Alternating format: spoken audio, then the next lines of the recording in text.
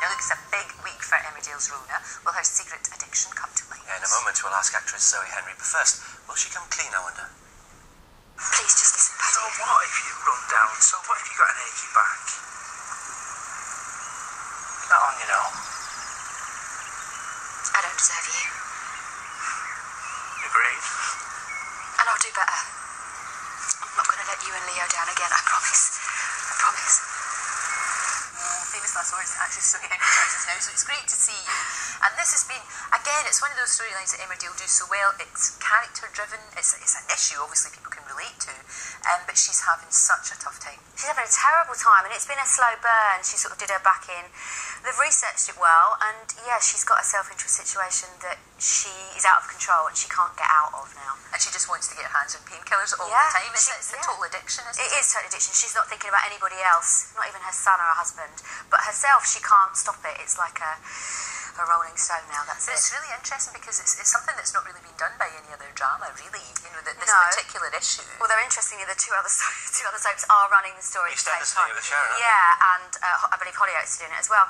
But I'm kind of guessing that that's just indicative of how this is, you know, soap tells stories about life. About what's going on in the world. Yeah, and maybe this is, you know, a bit of a low-level epidemic. How did you feel when you knew that this is the direction your character was going?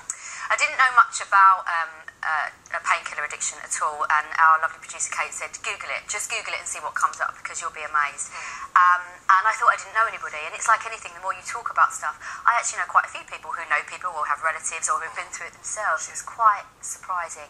I was nervous because you want to tell it well and properly, which I think we are doing.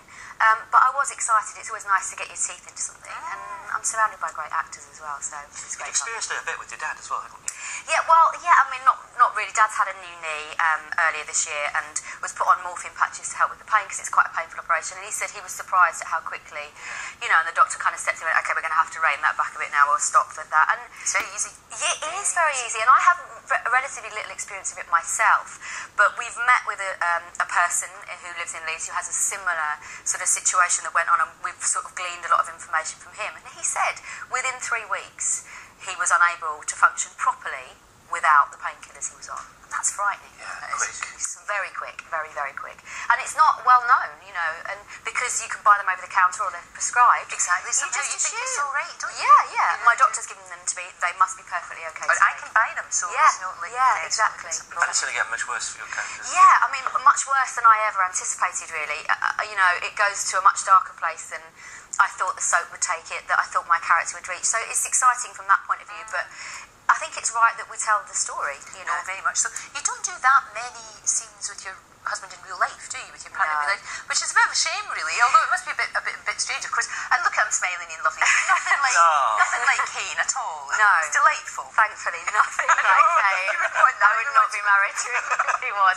No, it's great. What's nice is when we do see each other at work, it's a bit of like, oh, hello, how are you? Yeah. And we'll have lunch together and we'll sort of hang out. But it's quite nice we have different days to talk about when we get home. So, you know, I quite like it. I can't imagine we're going to have any crossing story. Do you imagine Kane getting a bunny or anything and bringing it into the bed? Not really. It's not going to happen. With a fluffy bunny. You're doing a grand job. You really are. Oh, It's thank very good you. to We're really enjoying it. Tonight, Yes. as always. Thank you very much. Thank you. Great to see you.